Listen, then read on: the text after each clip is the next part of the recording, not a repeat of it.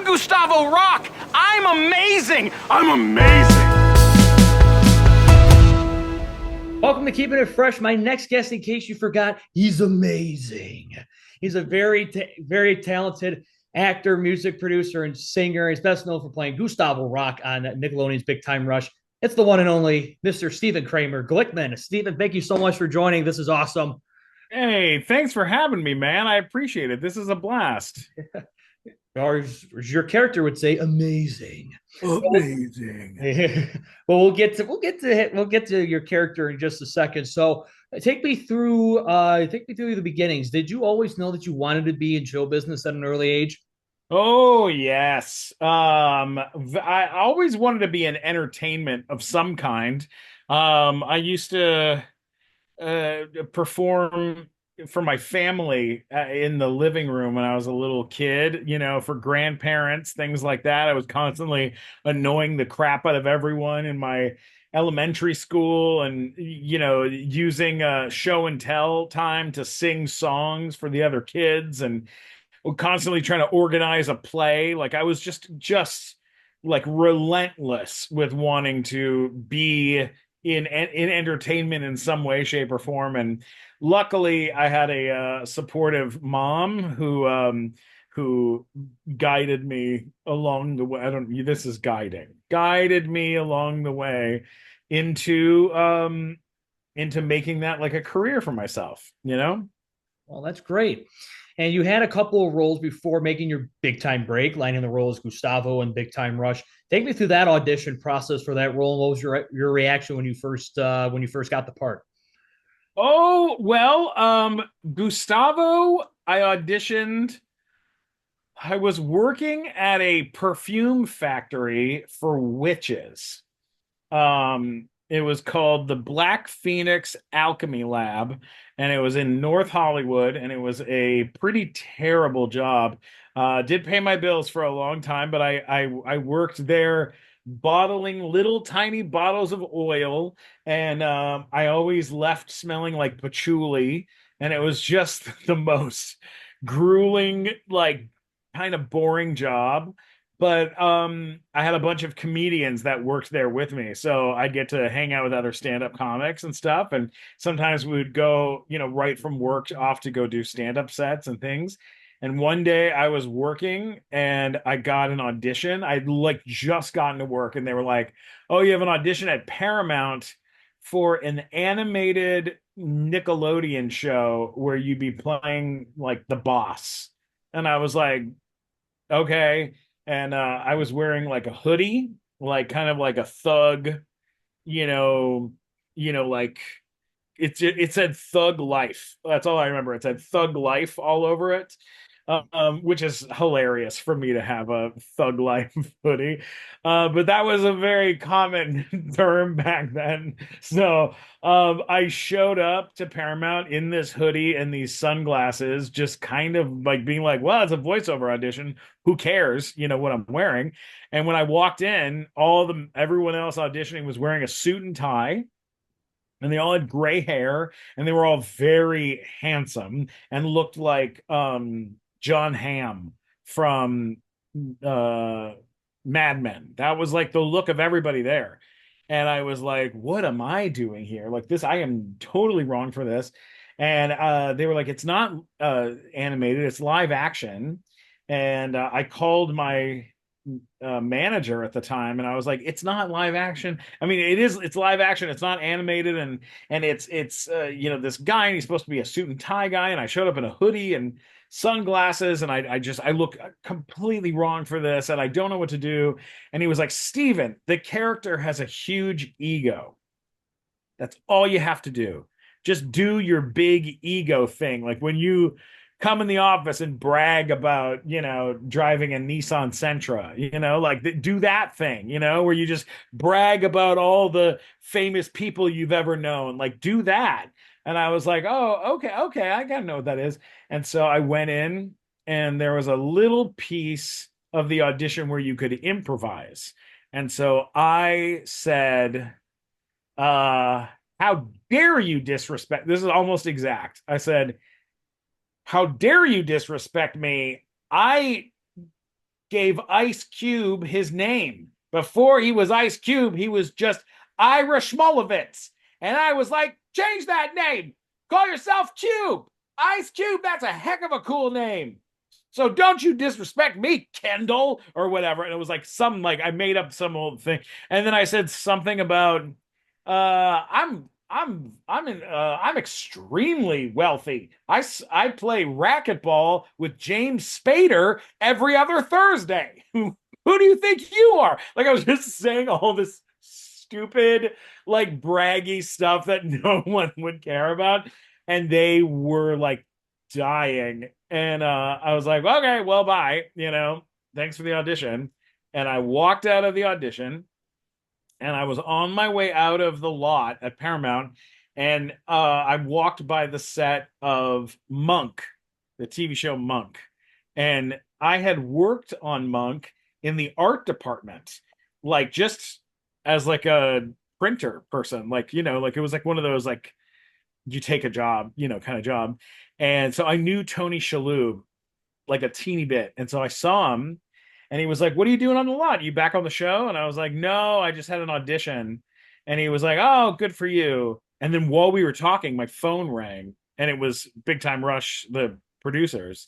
And they were like, "Hey, we need you to come to a callback right now. Have you left the lot?" And I was like, "I'm still here." And they were like, "Get back over here immediately." And I was like, "Okay, bye." And I was like, he was like, "What's going on?" And I was like, "Oh, Tony, I just got a call back." And he was like, "Go get him." And so I go back across the lot and I walk in and they go, "I hope we didn't catch you too late and hope it was easy." And I go, "Oh no, I was over at Monk." And they were like, "What? Why were you at Monk?" And I was like, "I was just hanging out with Tony Schloobs, me and Schloobs, our old buddies, we're totally chill. We hang on the weekends, We've got skiing together, me and the Schloobs." And I'm just killing. And then they were like, "Okay, do the scene again." And I did it again. And I did some other improvs. And they were like, "Okay." And I went home that night. That was Friday. Saturday, they called me in the morning and they were like, "You have the role. You're going to be playing Gustavo Roque in the pilot." And I was like, "Okay." And they were like, "Get your ass back to Paramount for a fitting." And I went in Saturday for the fitting. I got the script Sunday, and then we shot the pilot starting on Monday. Wow. So, I mean, like my entire life changed within 3 days. Like everything was just completely different. It's crazy. That is unbelievable. Just going through, I just can't imagine you going like just you walking back to that callback like, "Oh my gosh, I can't believe I'm getting called back this quick. This is unbelievable." So the hour-long pilot actually premiered on the 28th, so 15 years and 2 days ago. Wow, amazing. And that's when the world got to see the band, got to see their manager and producer and you. Did you think after the pilot you guys would be picked up? I mean, it drew in over 3.5 million people. Yeah. So the real deal is before the show premiered, I ran into the president of the network at the time. And her and I were walking together. Her name was Seema. And I said to her, "Oh, I really hope people like the show." And she said, "They will." And I went, "Yeah, no, I mean, hopefully." And she was like, "Not hopefully. They will." And I went, "Yeah, I mean, hope so, And she went, "That's not how children's television works, Stephen." And I was like, how does it work?" And she was like, "We decide at the network if something's going to be a hit. And then we hire the greatest writers in television. We hire the best songwriters in music. We spend 4 years casting a television show. We um, find the best talent. We get the best directors. We spend a ridiculous amount of money on building giant sets on sound stages where they shot Star Trek. And then we deliver an unfathomable television show that's so good that children will be afraid to not watch it so that when they go into school on Monday, everyone else will know what they're talking about except for the kids that missed out. Like, we want to make this show so incredible that people will be afraid to miss it. And I was like, yeah, hope so.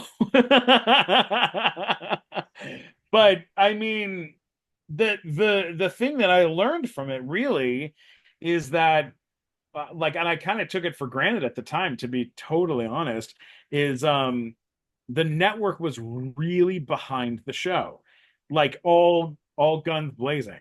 And that is not always the case. Sometimes a network has a TV show where they're like, I don't know if this is going to last a season or it's going to last 2 weeks. It doesn't really matter. And like other shows, like shows like Super Ninjas, cool show, premiered the same time as us, but they didn't have as much support as we had.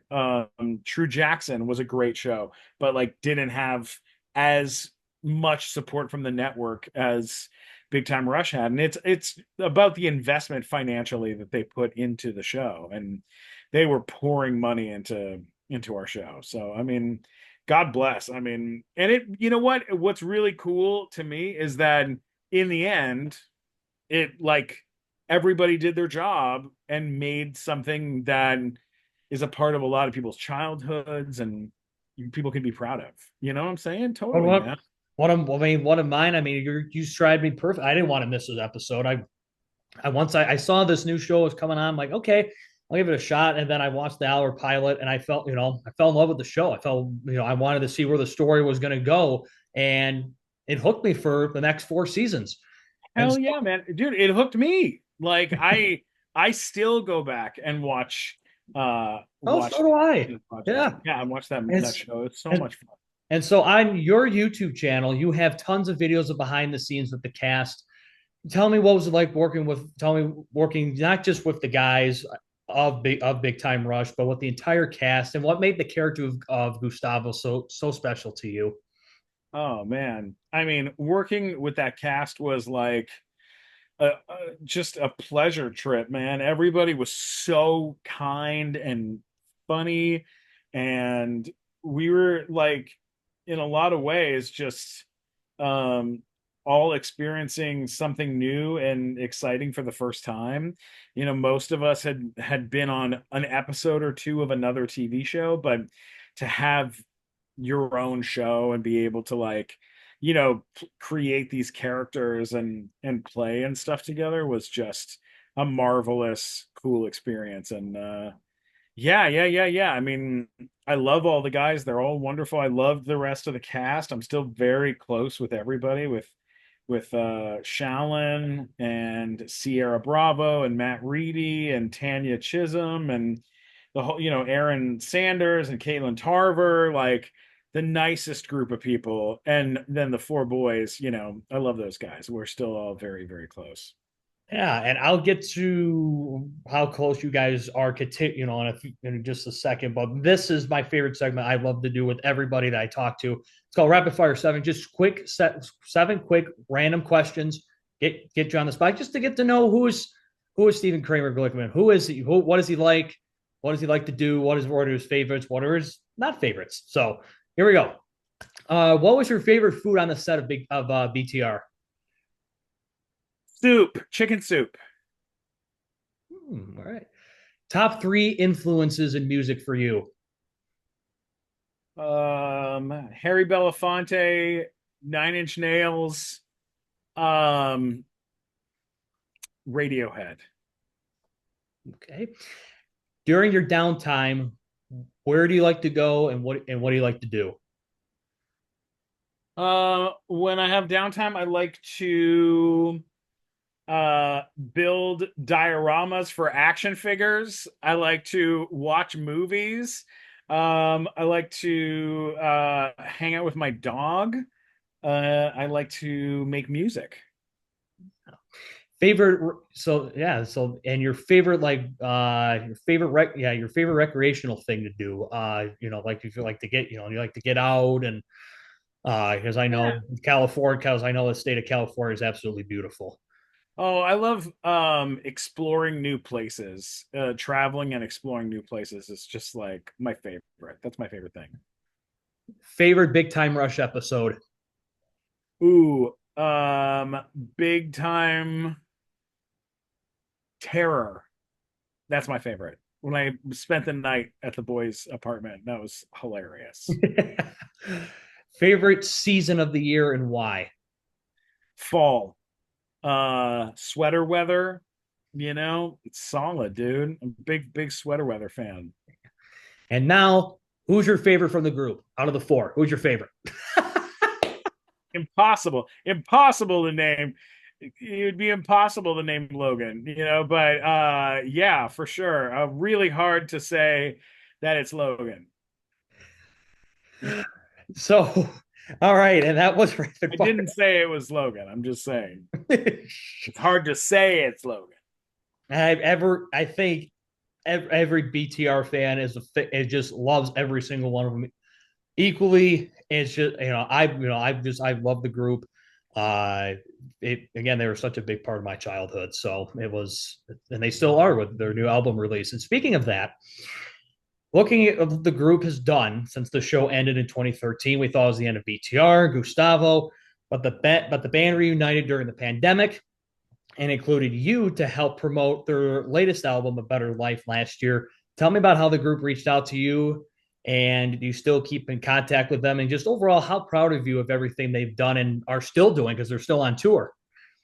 They're so talented, and for years after the show, it was like, oh my gosh, how cool would it be for them to go back on the road and tour again? And I think they waited till just the right time to go and do it. It's like all the fans, that grew up on the show are now in their 20s and, into their 30s. And that age group, they'll buy tickets and go out and see them perform. And I'm so proud that they are doing that. I've watched a few of their concerts and dude, it's so cool. It's so cool. No, it's awesome. It's great. And I think I really would love to have more reunion stuff with them and do more stuff. I think that would be really fun. And I think, I think maybe a movie is a good way to go. Maybe we'll get to do a big Paramount Plus, Nickelodeon movie at some point. I think that would be very cool. Well, I am one. I'm all for that. I'm on board. I'm already on board for that. That is, you Oh, have good. you'll probably have a couple hundred thousand other people that are saying yes, we want that to happen. And they even had little short snippets before their album came out of you dressed as Gustavo, playing Gustavo, and just basically what you did on the show to them, just now updated, promoting their new album. Yeah, they That was called me pretty and cool. were like, yeah, they called and were like, hey, do you want to come play around with us and do some sketches and dress up as Gustavo? And I was like, yeah, I'll see you in 5 minutes. And it did not take any convincing. Like, I couldn't wait. I couldn't wait to go do that. Like that was so fun. Yeah, that was those two clips that they have up online are they still get just the hundreds of thousands of views and everyone just pouring their love out just to you and your character saying, "Oh, we love Gustavo, we miss him," and just seeing him back. Because I remember when the album was getting ready to come out, I was scrolling through and I saw you pointing to Kendall, James, and Logan. I'm like, are they back? Are they doing another show? Like, nope, it was just promotion, but it was still fantastic to see.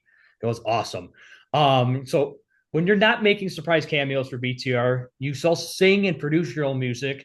You have an album title called The Moving Company that came out in 2021, a cover of Elvis Presley's Can't Help Falling in Love in 22, six other single releases. What led you into singing and producing on your own?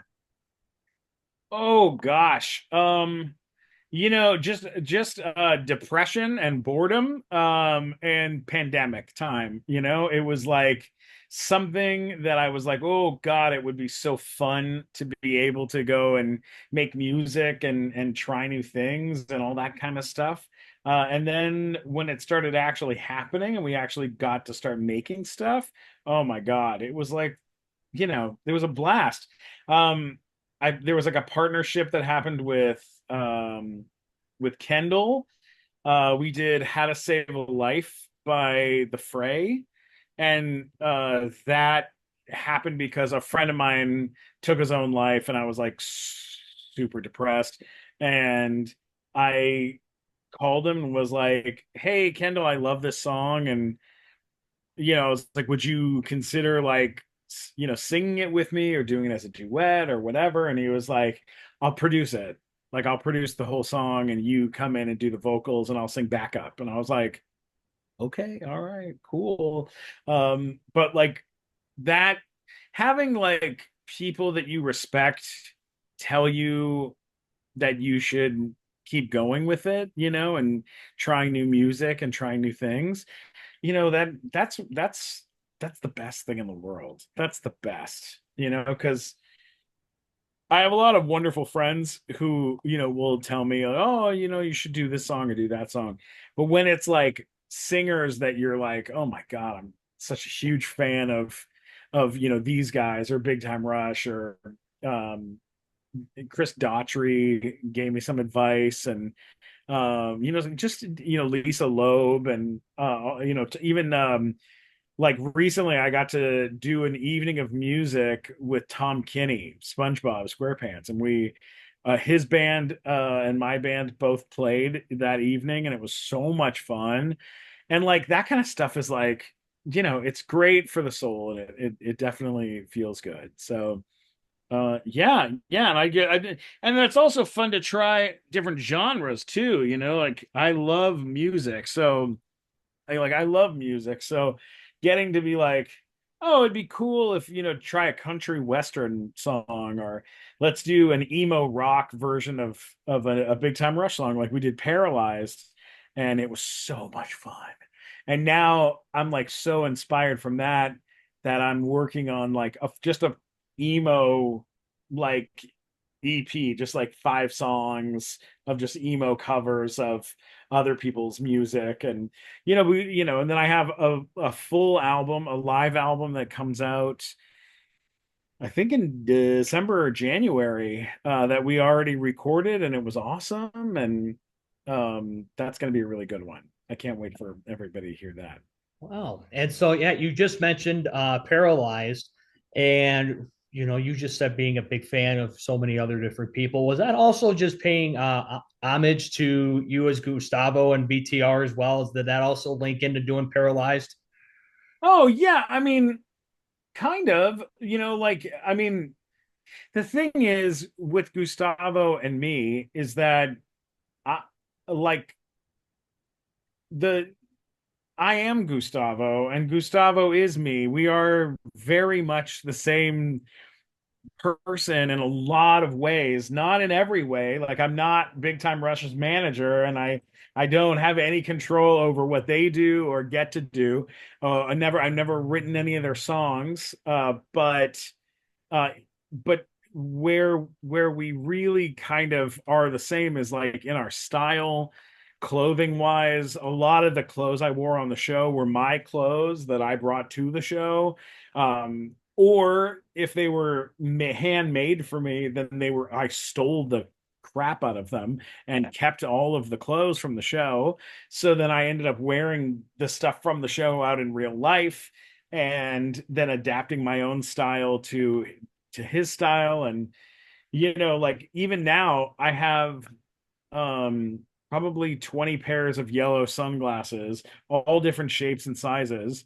And whenever I wear the yellow sunglasses anywhere, like whatever size or shape they are, people see it and they go, I know what that is. I know what he's doing. It's like a little ode to the character everywhere I go. It's Yeah, so I mean, doing a cover of a big time Rush song when you were on the show is totally mentally insane. But it's something that I shared with the boys that I wanted to do, and they were really into it and supportive, and it meant a lot to me. And Soren, my guitarist, produced this killer track, and it was like undeniable. Everyone, once we started doing it, it was like, oh, we have to do this. Yeah, and I listen to it all the time, the cover of Paralyzed and Can't Help Falling in Love because, Oh, well, wow. all because I'm named after Elvis Presley. So seeing Can't Help Falling in Love, Sure. that hits me. And I heard your version. I'm like, I've never heard a version like this, and it's absolutely beautiful.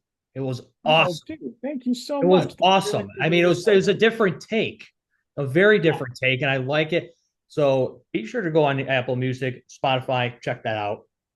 That And cover of "Can't Help Falling in Love with You" was recorded live. That all those instruments, everybody that's playing on that, we did that we all went into a studio for my birthday, and we're like, hey, let's just sing a bunch of songs and play music with a bunch of friends.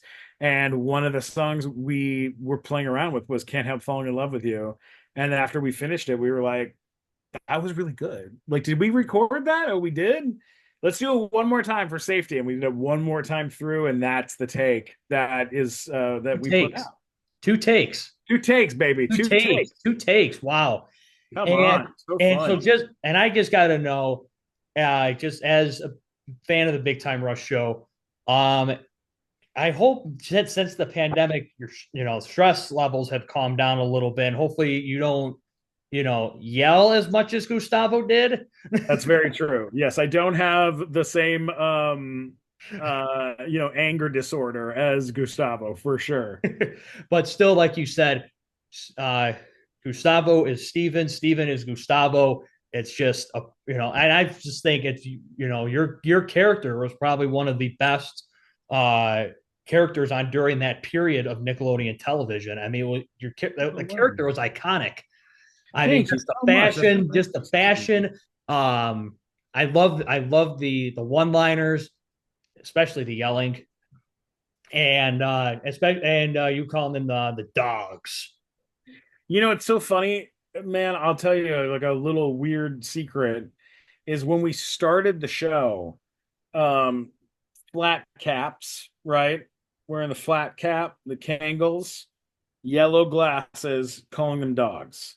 And it'd be like in my head, I was like, and I would say it out loud. I go, guys, you have to stop with the dogs, stop with the yellow glasses, stop with just let's change it up, man. Different style hat, pink glasses. Like, can I call them something else, anything else? And I was just like, stop trying to like make fetch happen, And they did not listen to me at all. Like they were like, every episode you're calling them dogs, every episode you're wearing these glasses, every episode you're doing the thing. And here's the thing is because of that, it made the character iconic and it gave the character a catchphrase. And it like pigeonholed this character in a certain way that's very memorable. And because of that, things like this exist. This is Yeah. You know what I mean? Like if I would have won out, then that wouldn't be a thing. And I have these pins, I'll wear them out sometimes, and people are just like, oh yeah, dogs, get in the studio. And it's like that's so fun that I got to be something that got memed, that got turned into a catchphrase that would became like an iconic piece of people's childhood. Like, never fight again against anything. I mean, Carlos fought against that helmet a lot. He did not want to wear that helmet in every episode, but because he did, when he is not wearing the helmet, he can play anybody he wants. He can play anybody. But it's like that helmet defined that character. It's very important to have things that define characters. It's interesting that that he didn't really like the helmet. That's Oh no, I mean because everybody wants. I mean, they look, want to try different things. Yeah, I get that. but everybody wants to be cool. You know, everyone when you're on a TV show, you want to look cool. And I It'll be like think James.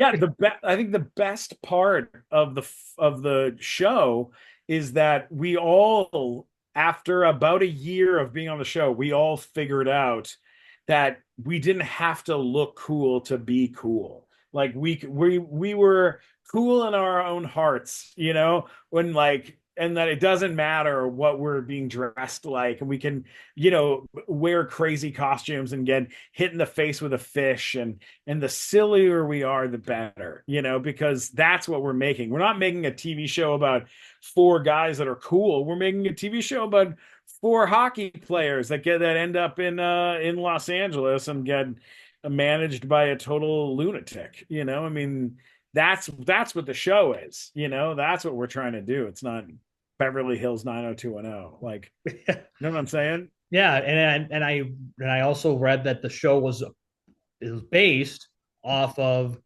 the Monkees and how Yeah. they shot how the Monkees. If you're young, you probably don't know who the Monkees are, but Monkees were a group in the early '60s into the '70s, and they were kind of a newer boy band at the time, and they had their own TV show. Big Time Rush was based off. It had this similar model off of it, so that was pretty cool.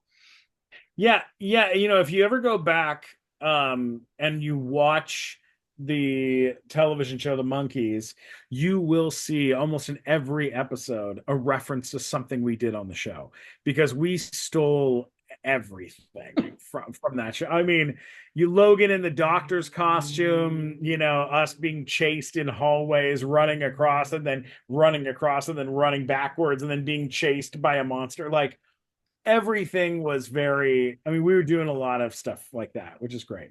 That's awesome. You guys took that from from that time period in the mid and late '60s and brought it in to the early 2010s was just absolutely incredible. So now, Stephen, now's the time to tell everyone what's going on with you. Any new performances coming up? I know you said you have a new album coming up in December.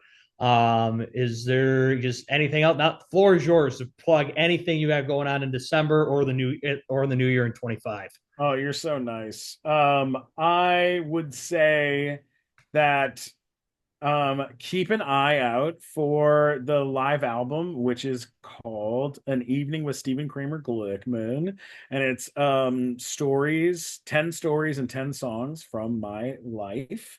It's an album and a filmed special, so it will be out everywhere in most likely end of December, beginning of January. So just keep an eye on my social media for clips and quotes and things like that. Awesome. And you could follow him at Stephen Kramer Glickman on Instagram. I know you're on Twitter. You're on Facebook. You're on everything. I'm on all the things. Hit me up anywhere you have social media. Anywhere, Stephen Glickman. You'll find me.